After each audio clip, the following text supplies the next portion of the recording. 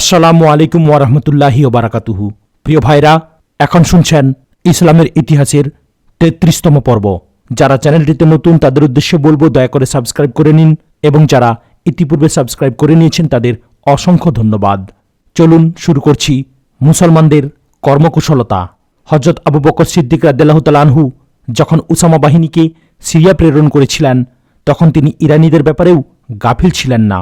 তিনি এই ভয়াবহ অবস্থা ও দুশ্চিন্তাপূর্ণ সময়ে, যখন স্বয়ং মদিনা মুনাওয়ারার নিরাপত্তা ও আরবের প্রদেশসমূহের মুরতাদ সমস্যা নিরসনকল্পে সেনাবাহিনীর প্রয়োজন ছিল, অপরিসীম একটি ক্ষুদ্র বাহিনী উপরোক্ত 11টি বাহিনী প্রেরণের পূর্বে মুসান্না ইবনে হারিসা সাইবানী রাদিয়াল্লাহু তাআলা আনহুর নেতৃত্বে ইরাক প্রেরণ করেছিলেন, এবং মুসান্নাকে এই মর্মে নির্দেশ দিয়েছিলেন যে ইরাকে পৌঁছে কোনো স্থানেই স্থির হয়ে যুদ্ধ শুরু করবে না, বরং অতর্কিতভাবে আক্রমণ করে ইরাকি সর্দারদের সন্ত্রস্ত করতে থাকবে।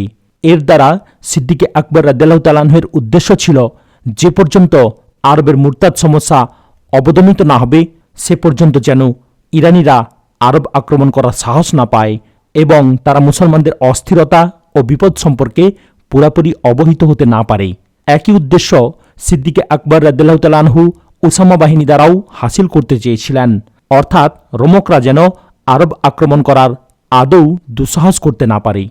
যখন নজদ ও ইয়ামামার অবস্থা আয়ত্তে এসে গেল, তখন সিদ্দিকে আকবর রাদিয়াল্লাহু তাআলা আনহু আয়াজ ইবনে গানাম রাদিয়াল্লাহু তাআলা আনহুকে, যিনি নজদে অবস্থান করেছিলেন, লিখে পাঠালেন যে যেসব মুসলমান মুরতাদ হয়নি এবং ইসলামের উপর কায়েম রয়েছে তাদেরকে সঙ্গে নিয়ে উচ্চ ইরাকে হামলা করবে, এবং হযরত খালিদ ইবনে ওয়ালিদ রাদিয়াল্লাহু তাআলা আনহুকে, যিনি ইয়ামামায় অবস্থান করছিলেন, লিখে পাঠালেন যে তুমি স্বীয় বাহিনী সঙ্গে নিয়ে নিম্ন ইরাকে চলে যাবে। পথে যেসব গোত্র বা গোত্রপতি পড়ল তারা সবাই সানন্দে মুসলমান হল বা ইসলামী নেতৃত্বে প্রবেশ করল। সিদ্দিকী নির্দেশের মর্ম অনুযায়ী উবলা নামক স্থানে হযরত মুসান্না ইবনে হারিসা রাদিয়াল্লাহু তাআলা আনহু ও খালিদ ইবনে ওয়ালিদ রাদিয়াল্লাহু তাআলা আনহু উভয়ে এসে মিলিত হলেন। গাজওয়ায়ে জাতুস সালাসিল বা জিঞ্জির পরা যুদ্ধ। হযরত খালিদ ইবনে ওয়ালিদ রাদিয়াল্লাহু তাআলা আনহু উবলা নামক স্থানে ইসলামী লস্করের হাজিরা নিলেন। মোট 18,000 লোক ছিল।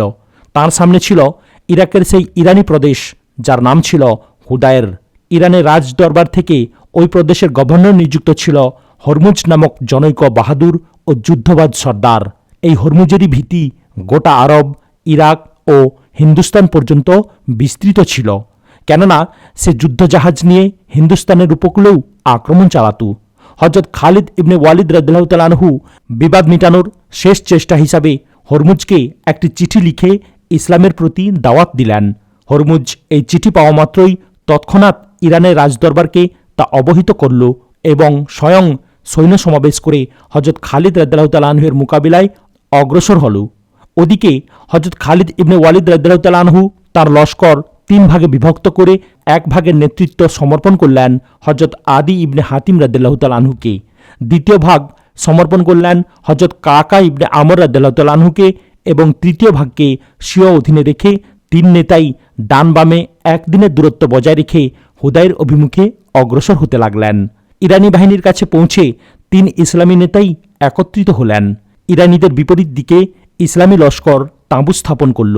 প্রথমে হযরত খালিদ ইবনে ওয়ালিদ রাদিয়াল্লাহু তাআলা আনহু ময়দানে উপস্থিত হলেন এবং হরমুজকে মোকাবিলার জন্য আহ্বান করলেন। হরমুজ হযরত খালিদ রাদিয়াল্লাহু তাআলা আনহুর ডাক শুনে ময়দানে এলো। 2 নেতাই ঘোড়া থেকে নিচে নেমে পদাতিক হলেন। প্রথমে হযরত খালিদ রাদিয়াল্লাহু তাআলা আনহু আঘাত হানলেন। হরমুজ চকিতে পিছে হটে এবং রণকৌশল পরিবর্তন করে আঘাত থেকে বাঁচল। তারপর অতি ক্ষিপ্রতার সাথে হযরত খালিদের উপর আঘাত করল। হযরত খালিদ ইবনে ওয়ালিদ রাদিয়াল্লাহু তাআলা আনহু হঠাৎ বসে পড়ে সামনে কুঁচকে গিয়ে হরমুজের কবজি ধরে তলোয়ার ছিনিয়ে নিলেন। হরমুজ তলোয়ার ছিনতাই হতেই হযরত খালিদকে লেপ্টে ধরল এবং কুস্তি শুরু হল। হযরত খালিদ রাদিয়াল্লাহু তাআলা আনহু হরমুজের কোমর ধরে উপরে উঠালেন এবং জমিনের উপর এমন জোরে আছড়ে মারলেন যে সে আর নড়চড় করতে পারল না। খালিদ হরমুজের বুকের উপর উঠে বসলেন এবং শির কর্তন করে ছুঁড়ে মারলেন।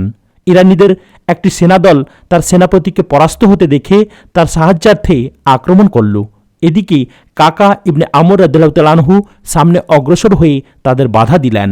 এরপর উভয় বাহিনী সামনে বাড়ল। ঘোরতর যুদ্ধ শুরু হল। কিছুক্ষণের মধ্যেই ইরানি বাহিনী ময়দান ছেড়ে পালালো। বহু হতাহত ও বন্দী হল। হরমুজের পোশাক ও অস্ত্রশস্ত্র হযরত খালিদ রাদিয়াল্লাহু তাআলা আনহু হস্তগত করলেন। হরমুজ ছিল ইরানি রাজদরবারের এমন একজন সর্দার যার মাথায় সর্বদা মুকুট পরিহিত থাকত। তার মুকুটের মূল্য ছিল 1,00,000 দিনার, যা হযরত খালিদ রাদিয়াল্লাহু তাআলা আনহুর হস্তগত হয়। এই যুদ্ধে ইরানি বাহিনীর একটি অংশ তাদের পায়ে জিঞ্জির বেঁধে নিয়েছিল, যাতে আরবদের মোকাবেলায় যুদ্ধক্ষেত্র থেকে পলায়ন করতে না পারে। কিন্তু তারপরও তাদের জিঞ্জির ভেঙে পালাতে হলো। এই জিঞ্জিরের কারণেই এই যুদ্ধ জঙ্গে জাতি সালাসিল বা জিঞ্জির যুদ্ধ নামে পরিচিত। হযরত মুসান্না ইবনে হারিসা রাদিয়াল্লাহু তাআলা আনহুকে খালিদ ইবনে ওয়ালিদ রাদিয়াল্লাহু তাআলা আনহু ইরানীদের পশ্চাৎধাবনে প্রেরণ করলেন। তিনি সামনে অগ্রসর হয়ে হিসনুল মারাত অবরোধ করেন এবং এই দুর্গটি জয় করেন। সেখানকার শাসনকর্তা নিহত হল, তার স্ত্রী মুসলমান হল এবং হযরত মুসান্না রাদিয়াল্লাহু তাআলা আনহুকে বিয়ে করল। কারিনের যুদ্ধ। হরমুজের সাহায্যের আবেদন যখন ইরানের রাজদরবারে পৌঁছল, তখন সেখান থেকে হরমুজের সাহায্যার্থে কারিন নামক এক মস্তবীর একদল বীর সেনাসহ যাত্রা করল। কিন্তু তার পৌঁছার পূর্বেই হরমুজের ভবলীলা সাঙ্গ হয়েছিল। পথিমধ্যে কারিনের সাথে হরমুজের পরাভূত বাহিনীর সাক্ষাৎ হল। এদিক থেকে মুসলিম বাহিনীও সামনে অগ্রসর হল। যুদ্ধ হল। কারিন, আনুসজান ও কুবাত নামক 3 জন বড় বড় সর্দার মারা গেল। ইরানিরা তাদের 3000 লাশ যুদ্ধক্ষেত্রে রেখে পলায়ন করার সময় নদীতে ডুবেও অনেকে মারা গেল। বহু সংখ্যক বন্দী হল। এই যুদ্ধের পর হযরত খালিদ ইবনে ওয়ালিদ রাদিয়াল্লাহু তাআলা আনহু এই প্রদেশের প্রজাদেরকে কোনোরকম কষ্টক্লেশ না দিয়েই জিজিয়া আদায়ে উৎসাহিত করে সেখানে ইসলামী শাসনকর্তা নিয়োগ করলেন। ইরানের প্রজাবৃন্দ ইসলামের প্রজা হয়ে অনুভব করল যে জাহান্নাম থেকে বের হয়ে জান্নাতে প্রবেশ করল। দুলজার যুদ্ধ। কারিন প্রমুখের মৃত্যু সংবাদ শ্রবণ করে ইরানের রাজদরবার থেকে আদাজগার নামক জনৈক বিখ্যাত অশ্বারোহীকে একদল বাহাদুর লস্কর সহ প্রেরণ করা হল। এই বাহিনী মাদাইন থেকে রওনা হয়ে দুলজা নামক স্থানে পৌঁছেছিল। ইতিমধ্যে পেছন থেকে বাহমান জাদওয়ায়াহ নামক আরেক মস্ত সর্দারকে এক বিরাট বাহিনী সহ মাদাইন থেকে প্রেরণ করা হল। দুলজা নামক স্থানে পৌঁছে হযরত খালিদ ইবনে ওয়ালিদ রাদিয়াল্লাহু তাআলা আনহু ইরানি বাহিনীর উপর হামলা চালালেন। এক রক্তক্ষয়ী যুদ্ধের পর ইরানি বাহিনী শোচনীয়ভাবে পরাজিত হল। তাদের সর্দারও প্রচণ্ড পিপাসায় যুদ্ধক্ষেত্রে মারা গেল।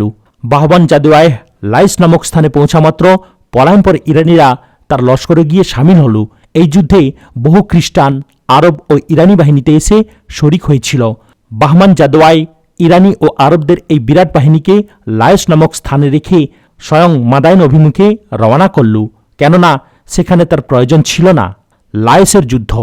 হযরত খালিদ ইবনে ওয়ালিদ রাদিয়াল্লাহু তাআলা আনহু যখন জানতে পারলেন যে লায়েস নামক স্থানে এক বিরাট বাহিনী অবস্থান করছে যারা মুসলমানদের উপর হামলা চালাবে, তখন তিনি নিজেই লায়েস অভিমুখে রওনা করলেন এবং সেখানে পৌঁছে যুদ্ধ শুরু করলেন।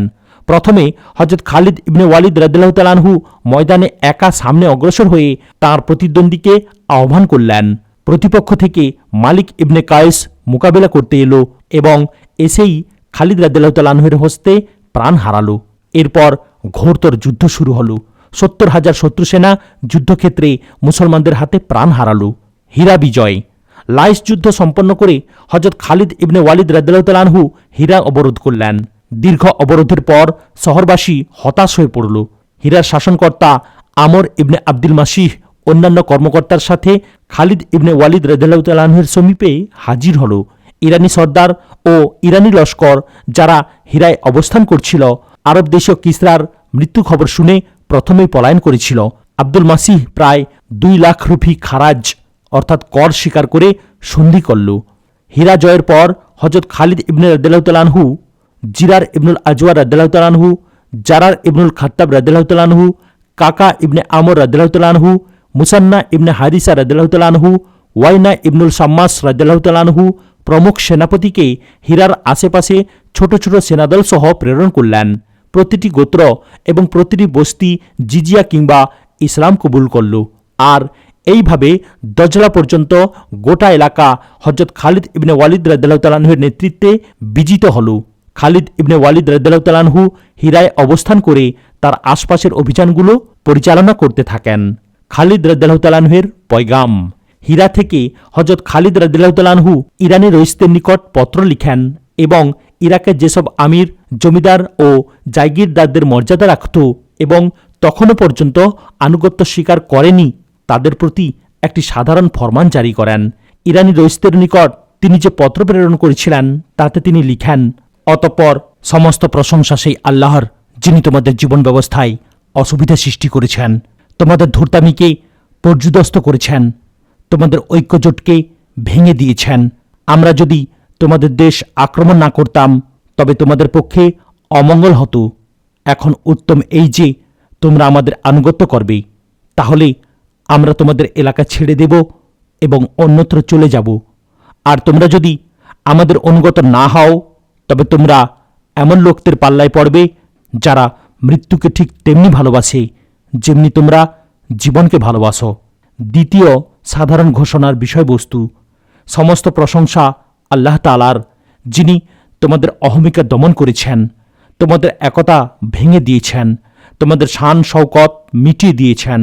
অতএব তোমরা ইসলাম কবুল করো, শান্তিতে থাকবে, অথবা আমাদের তত্ত্বাবধানে এসে জিম্মি বনে যাও ও জিজিয়া প্রদান করো, নতুবা আমি তোমাদের উপর এমন জাতিকে লেলিয়ে দেব যারা মৃত্যুকে ঠিক তেমনি ভালোবাসে যেমনি তোমরা মদ্যপানকে ভালোবাসো। এইসব পত্র ও ফরমানের প্রতিক্রিয়া এই হল যে ইরানের রাজদরবারে বাদশাহ সম্পর্কে যে বিবাদ চলছিল তা সহসা মিটে গেল এবং দরবারের আমিরগত তৎক্ষণাৎ তাদের একজন বাদশাহ নির্বাচনে একমত হয়ে গেল, যাতে আরববাসীদের মোকাবিলা সহজেই হতে পারে। আম্মার বিজয় বা জঙ্গে জাতিল উয়ুন। ইরানিরা আম্বারে এক বিরাট সেনাদল সমাবেশ করে সাবাতের শাসক শেরজাদকে এই বাহিনীর সিপাহসালার বানিয়েছিল। হযরত খালিদ ইবনে ওয়ালিদ রাদিয়াল্লাহু তাআলা আনহু হীরায় এই সেনা সমাবেশের সংবাদ পেয়ে হীরা থেকে আম্বার অভিমুখে রওনা করলেন। শেরজাদ আম্বার প্রাচীর বাইরে মাটির দরমাও তৈরি করেছিল এবং তারা আরব বাহিনীর মোকাবিলা করার জন্য সর্বতোভাবে প্রস্তুত ছিল। হযরত খালিদ রাদিয়াল্লাহু তাআলা আনহু যখন আম্বার অবরোধ করলেন তখন অবরুদ্ধরা দমদমা থেকে একযোগে তীরের বৃষ্টিবর্ষণ শুরু করল। ফলে ইসলামী বাহিনীর 1000 মুজাহিদের চোখ তীরের আঘাতে জখমি ও নষ্ট হয়ে গেল। কিন্তু ইসলামের লস্কর ও তার সিংহ হৃদয় সিপাহসালারকে তীরের বৃষ্টি দমাতে পারেনি। হযরত খালিদ ইবনে ওয়ালিদ রাদিয়াল্লাহু তাআলা আনহু দুর্বল ও কৃশ উটগুলোকে জবেহ করিয়ে খন্দকে অর্থাৎ পরীক্ষায় ফেলে দিলেন। আর এইভাবে যখন খন্দক পার হবার রাস্তা তৈরি হয়ে গেল তখন মুসলমানরা প্রথমে দমদমা দখল করল, তারপর শহর প্রাচীর পর্যন্ত পৌঁছে রক্তের নদী বইয়ে দিল। ইরানিরা প্রতিরোধের ক্ষেত্রে বড় সাহস ও বীরত্বের প্রকাশ ঘটালো, কিন্তু মুসলমানদের বিপরীতে তা কোনো কাজেই আসলো না। শেরজাদ যখন দেখল যে শহর মুসলমানদের দখলে চলে যাচ্ছে তখন সে সঙ্গে সঙ্গে হযরত খালিদ রাদিয়াল্লাহু তাআলা আনহুর সমীপে সন্ধির প্রস্তাব পাঠালো। হযরত খালিদ রাদিয়াল্লাহু তাআলা আনহু প্রত্যুত্তরে বলে পাঠালেন যে শেরজাদ তার কয়েকজন বিশিষ্ট সহচর সহ শুধু 3 দিনের রসদ নিয়ে যদি শহর থেকে বের হতে চায় তবে আমরা তাকে চলে যেতে দেব। সুতরাং তাই হল। শেরজাদ শহর ছেড়ে চলে গেল। হযরত খালিদ রাদিয়াল্লাহু তাআলা আনহু বিজয়ী বেশে শহরে প্রবেশ করলেন। ইরানিরা ইসলামী লস্করের মোকাবিলা করার জন্য সর্বত্র সামরিক প্রস্তুতি সম্পূর্ণ করে রেখেছিল। আম্বারে জানা গেল আইনুত তামার নামক স্থানে মাহরাম ইবনে বাহরাম 24,000 ইরানির একটি বিরাট বাহিনী নিয়ে এবং উকবাহ ইবনে আবি উকবাহ আরববাসীদের এক বিরাট দলসহ যুদ্ধের জন্য ডেরা ফেলেছে। আশেপাশের আরব গোত্র তাগলিব ও আবাদ প্রভৃতিও ইসলামী লস্করের মোকাবিলার জন্য দল বেঁধে এসেছিল। হযরত খালিদ ইবনে ওয়ালিদ রাদিয়াল্লাহু তাআলা আনহু জিবির খান ইবনে বদরকে আম্বার শহরের শাসক নিযুক্ত করে স্বয়ং আত্মামার অভিমুখে রওনা করলেন। আইনুত তামার বিজয়। উকবাহ ইবনে উকবাহ হযরত খালিদ ইবনে ওয়ালিদ রাদিয়াল্লাহু তাআলা আনহুর আগমন সংবাদ পেয়ে ইরানি সিপাহসালার মাহরাম ইবনে বাহরামকে বলল, আরবদের লড়াই সম্পর্কে আরবরাই ভালো জানেন, সুতরাং আপনি প্রথমে আমাদেরকেই ইসলামী লস্করের মোকাবিলা করতে দিন। মাহরাম এ প্রস্তাবে সানন্দে মঞ্জুর করল। উকবাহ সর্বপ্রথম ময়দানে অবতীর্ণ হল। হযরত খালিদ ইবনে ওয়ালিদ রাদিয়াল্লাহু তাআলা আনহু তাকে সঙ্গে সঙ্গে জীবিত বন্দী করলেন। উকবাহ বন্দী হওয়ার সাথে সাথে উকবাহর সমস্ত লস্কর পলায়ন করল। বহু পলায়নকারীকে মুসলমানরা বন্দীও করলেন। মাহরাম ইবনে বাহরাম এই দৃশ্য অবলম্বন করে এতই ভীত হয়ে পড়ল যে সে দুর্গ ছেড়ে বিনা মোকাবিলায় পলায়ন করল। ওকবাহর পলায়নপর সৈন্য ইরানিদের খালি দুর্গ দেখে তাড়াতাড়ি দুর্গে প্রবেশ করে দরজা বন্ধ করে দিল, আর এইভাবে তারা দুর্গ বন্ধ করে বসে থাকল। 4 দিন অবরোধের পর দুর্গের উপরও ইসলামী লস্করের অধিকার প্রতিষ্ঠিত হল। মজুসিদের সাথে মিলে যে আরব খ্রিস্টানরা লড়াই করছিল তারা নিহত হল এবং তাদের মাল আসবাব মুসলমানদের দখলে এলো। উচ্চ ইরাক। উপরে উল্লিখিত হয়েছে যে হজরত আবু বকর সিদ্দিক রাদিয়াল্লাহু তাআলা আনহুর নির্দেশ অনুযায়ী ইয়াজ ইবনে গানাম রাদিয়াল্লাহু তাআলা আনহু উচ্চ ইরাকে হামলা করেছিলেন। হজরত খালিদ ইবনে ওয়ালিদ রাদিয়াল্লাহু তাআলা আনহুকে তো অতি শীঘ্রই আরব গোত্রসমূহ ও গোত্রপতিদের ছেড়ে ইরানি সর্দার ও ইরানি বাহিনীর সাথে মোকাবিলা করতে হয়েছিল। যদিও আরব সর্দার ও খ্রিস্টান গোত্রগুলোও যুদ্ধরত ছিল, কিন্তু তারা ইরানিদের থেকে বিচ্ছিন্ন ছিল না। হজরত ইয়াজ ইবনে গানাম রাদিয়াল্লাহু তাআলা আনহু, যিনি উচ্চ ইরাক আক্রমণ করেছিলেন, তিনিও তখন পর্যন্ত স্বাধীন খ্রিস্টান সর্দারদের মোকাবিলা থেকে মুক্ত হতে পারেননি। তিনি যে এলাকায় যুদ্ধরত ছিলেন সে এলাকা ছিল ইরাক, জাজিরা, ইরান ও সিরিয়া সংযুক্ত, আর এ কারণেই তার যুদ্ধ চালানোর প্রভাব যতটুকু ইরানি রাজদরবার পড়ত ততটুকুই হিরাক্লিয়াসের দরবারেও পড়েছিল।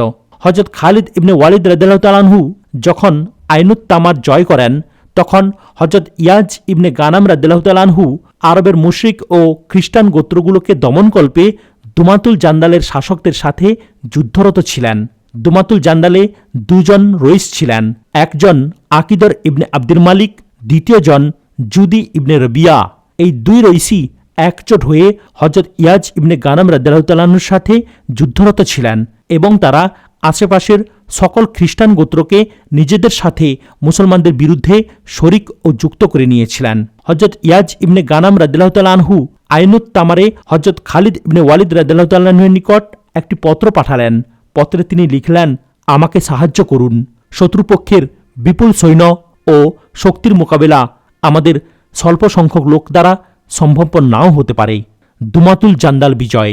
হজরত খালিদ ইবনে ওয়ালিদ রাদিয়াল্লাহু তাআলা আনহু কাকা ইবনে আমর রাদিয়াল্লাহু তাআলা আনহুকে হিরায় স্বীয় প্রতিনিধি নিয়োগ করে অগৌনে জুমাতুল জান্দাল রওনা করলেন। হজরত খালিদ রাদিয়াল্লাহু তাআলা আনহুর আগমন সংবাদ শুনে আকিদর ইবনে আব্দুল মালিক, জুদি ইবনে রাবিয়া ও অন্যান্য খ্রিস্টান সর্দারকে বললেন মুসলমানদের সাথে সন্ধি করা উচিত, কিন্তু তারা এই প্রস্তাব অপছন্দ করল। আকিদর তাদের সঙ্গ ত্যাগ করে একা কেটে পড়ল। তার এইভাবে কেটে পড়ার খবর মুসলমানরাও জানতে পারল। একটি ছোট্ট বাহিনী তাকে বন্দী করতে চাইল, কিন্তু সে লড়াই করে প্রাণ হারালো। দুমাতুল জান্দালের অদূরে পৌঁছে হজরত খালিদ ইবনে ওয়ালিদ রাদিয়াল্লাহু তাআলা আনহু প্রথমে খোঁজ নিলেন যে ইয়াজ ইবনে গানাম রাদিয়াল্লাহু তাআলা আনহু কোন দিকে যুদ্ধরত আছেন। তার বিপরীত দিক দিয়ে হজরত খালিদ রাদিয়াল্লাহু তাআলা আনহু হামলা শুরু করলেন। খ্রিস্টান বাহিনীর সিপাহসালার জুদি ইবনে রবিয়া তার বাহিনীকে তৎক্ষণাৎ 2 ভাগে বিভক্ত করে এক ভাগ ইয়াজ ইবনে গানাম রাদিয়াল্লাহু তাআলা আনহুকে মোকাবিলার জন্য পাঠালো, আর দ্বিতীয় ভাগ নিজে নিয়ে হজরত খালিদ রাদিয়াল্লাহু তাআলা আনহুর মোকাবিলায় অবতীর্ণ হল। হজরত খালিদ রাদিয়াল্লাহু তাআলা আনহু বুহ থেকে সামনে অগ্রসর হয়ে ময়দানে সেনাপতি জুদিকে উচ্চস্বরে ভীতি প্রদর্শন করলেন এবং নিজের সাথে লড়াই করতে আহ্বান জানালেন। জুদি ময়দানে উপস্থিত হয়ে খালিদ রাদিয়াল্লাহু তাআলা আনহুর মোকাবিলায় অবতীর্ণ হল। হজরত খালিদ রাদিয়াল্লাহু তাআলা আনহু তৎক্ষণাৎ তাকে বন্দী করে ফেললেন। জুদির সহচরগণ এই দৃশ্য দেখে তৎক্ষণাৎ পলায়ন করতে শুরু করল। ঘটনাক্রমে সেই সময়ই ইয়াজ ইবনে গানাম রাদিয়াল্লাহু তাআলা আনহু তাঁর প্রতিদ্বন্দ্বী খ্রিস্টানদের পরাস্ত করে তাড়িয়ে দিলেন।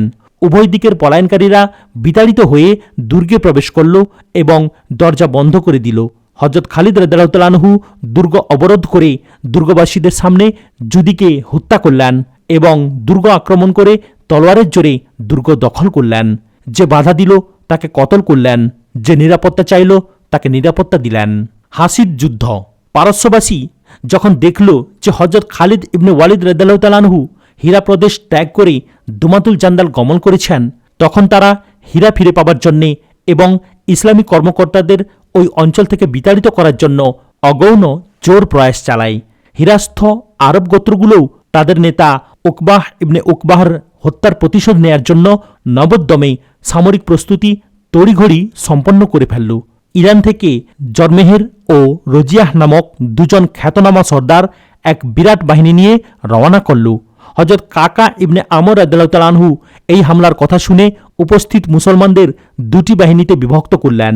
একটি বাহিনীর নেতৃত্ব হযরত আবু লায়লা রাদিয়াল্লাহু তাআলা আনহুকে সমর্পণ করলেন এবং অপর বাহিনীর সেনাপত্য গ্রহণ করলেন হযরত কাকা ইবনে আমর রাদিয়াল্লাহু তাআলা আনহু নিজেই। তারপর হীরা থেকে রওনা হয়ে হাসিদ নামক স্থানে ইরানিদের সাথে যুদ্ধে লিপ্ত হন। ভীষণ রক্তক্ষয়ী যুদ্ধ হল। ইরানের উভয় সর্দার ও অর্ধেকেরও বেশি সৈন্য মুসলমানদের হাতে নিহত হল। অন্যরা পলায়ন করে খানাফিস নামক স্থানে চলে গেল। সেখানে ইরানিদের এক মস্ত সিপাহসালার বাহবুয়ান এক বিরাট বাহিনী সহ অবস্থান করছিল। আবু লায়লা রাদিয়াল্লাহু তাআলা আনহু ওই পলায়নকারীদের পশ্চাৎধাবনে খানাফিস পর্যন্ত গমন করলে বাহবুয়ান খানাফিস থেকে পলায়ন করে মাজিখ নামক স্থানে চলে গেল, যেখানে হুজাইল ইবনে ইমরান অন্যান্য আরব সর্দার সহ বিরাট আরব বাহিনী নিয়ে মুসলমানদের মোকাবিলার উদ্দেশ্যে অবস্থান করছিল। এখানে এসব কাণ্ড চলাকালে হযরত খালিদ ইবনে ওয়ালিদ রাদিয়াল্লাহু তাআলা আনহু দুমাতুল জান্দাল থেকে অভিযান শেষ করে হীরা প্রত্যাবর্তন করলেন। মাজিখ যুদ্ধ। মাজিখে হুজাইল ইবনে ইমরান ছাড়া রাবিয়া ইবনে বুহাইর তাগলিবিও বনু তাগলিব সহ মুসলমানদের মোকাবিলার জন্য প্রস্তুত ছিল। হযরত খালিদ ইবনে ওয়ালিদ রাদিয়াল্লাহু তাআলা আনহু কাকা ও আবু লায়লাকে দুই ভিন্ন দিক থেকে নির্দিষ্ট তারিখে মাজিখ অভিমুখে প্রেরণ করে নিজেও সেই দিকে একা তৃতীয় দিক দিয়ে রওনা করলেন। নির্দিষ্ট তারিখে সেখানে পৌঁছে তিন বাহিনী একযোগে হামলা করে শত্রু সেনাদের নিধন করা শুরু করলেন। হুজাইল তো মুষ্টিমেয় লোকসহ আপন প্রাণ নিয়ে পলায়ন করল, কিন্তু অপর সর্দার ও অসংখ্য লোক নিহত হল। নিহতদের মধ্যে আব্দুল আজিজ ইবনে আবি রিহাম ও লাবিদ ইবনে জারিরও ছিলেন, যারা মুসলমান হয়েছিলেন কিন্তু চাপে পড়ে শত্রুদের সঙ্গে ছিলেন। এই দুজনের নিহত হওয়ার খবর যখন হযরত আবু বকর সিদ্দিক রাদিয়াল্লাহু তাআলা আনহু অবগত হলেন, তখন তিনি উভয়ের রক্তপণ পরিশোধ করলেন আর তাঁদের পরিজনের সাথে সদ্ব্যবহারের কড়া নির্দেশ দিলেন। হযরত উমর ফারুক রাদিয়াল্লাহু তাআলা আনহু মালিক ইবনে নুয়াইরাকে হত্যা করার জন্য পূর্ব থেকেই হযরত খালিদ ইবনে ওয়ালিদ রাদিয়াল্লাহু তাআলা আনহুর প্রতি অসন্তুষ্ট ছিলেন। এবার আব্দুল আজিজ ও লাবিদ নামক দুই ব্যক্তিও মালিক ইবনে নুয়াইরার তালিকায় সামিল হলেন। হযরত আবু বকর সিদ্দিক রাদিয়াল্লাহু তাআলা আনহু হযরত খালিদ ইবনে ওয়ালিদ রাদিয়াল্লাহু তাআলা আনহুর কাছে এ ব্যাপারে কোনো কৈফিয়ত তলব করলেন না, বরং বললেন, যে ব্যক্তি মুশরিকদের সাথে থাকবে তার এরূপ পরিণতিই ঘটবে। রাবিয়া ইবনে বুহাইর তাগলিবিও বেঁচে গিয়েছিল এবং একটি বিরাট দল সংগ্রহ করে পারস্যবাসীদের সাহায্য করার জন্য প্রস্তুত হচ্ছিল। হুজাইল পলায়ন করে ইয়াসির নামক স্থানে আত্তাব ইবনে উসাইদের নিকট চলে গিয়েছিল। এখানে আত্তাব ইবনে উসাইদও মুসলমানদের বিরুদ্ধে বিপুল সংখ্যক লোক জড়ো করছিল। হযরত খালিদ ইবনে ওয়ালিদ রাদিয়াল্লাহু তাআলা আনহু রবিয়ার পশ্চাৎধাবনে কাকা রাদিয়াল্লাহু তাআলা আনহু ও আবু লায়লা রাদিয়াল্লাহু তাআলা আনহুকে প্রেরণ করলেন এবং হুজাইলের পশ্চাৎধাবনে স্বয়ং নিজে গমন করলেন। সুতরাং রাবিয়া ও তার সকল সঙ্গী ইয়াসিরে নিহত হল এবং আত্তাব ইবনে উসাইদ ও হুজাইল উভয়ে তাদের অধিকাংশ সঙ্গী সাথী সহ মুসলমানদের হাতে প্রাণ হারালো। এরপরেই জানা গেল যে রিফাজাই বিলাল ইবনে উকবা নিজের আশেপাশে মুসলমানদের বিরুদ্ধে এক বিরাট বাহিনীর সমাবেশ ঘটিয়েছে। হযরত খালিদ রাদিয়াল্লাহু তাআলা আনহু অবিলম্বে ইয়াসির থেকে রিফার অভিমুখে রওনা করলেন। সেখানে খালিদ রাদিয়াল্লাহু তাআলা আনহুর আগমন সংবাদ শুনে শত্রুপক্ষ পলায়ন করল এবং পালিয়ে রিজাব ও ফিরাজের দিকে চলে গেল। এই স্থানগুলো দুমাতুল জান্দালের সংলগ্ন এবং পারস্য, সিরিয়া ও আরবের সংযোগস্থলে অবস্থিত ছিল। এখানে বনু তাগলিব, বনু তামার ও বনু আয়াদের পূর্ব থেকেই সমাবেশ ছিল এবং রোমক বাহিনী তাদের সাহায্যার্থে আগমন করে অদূরেই তাঁবু ফেলেছিল। এইভাবে ইরাকের নিম্নভূমি থেকে যে যুদ্ধের সিলসিলা শুরু হয়েছিল তা ইরানি বাহিনী অতিক্রম করে মধ্যবর্তী গোত্র ও রইসদের মাধ্যমে রোমক বাহিনী পর্যন্ত পৌঁছে গেল। ফিরাজ যুদ্ধ। হযরত খালিদ ইবনে ওয়ালিদ রাদিয়াল্লাহু তাআলা আনহু ফিরাজে পৌঁছে যুদ্ধের প্রস্তাবনা পেশ করলেন। এই স্থানটি ছিল ফোরাত নদীর কূল ঘেঁষে। অপর পারে রোমক সৈন্য তাঁবু ফেলেছিল।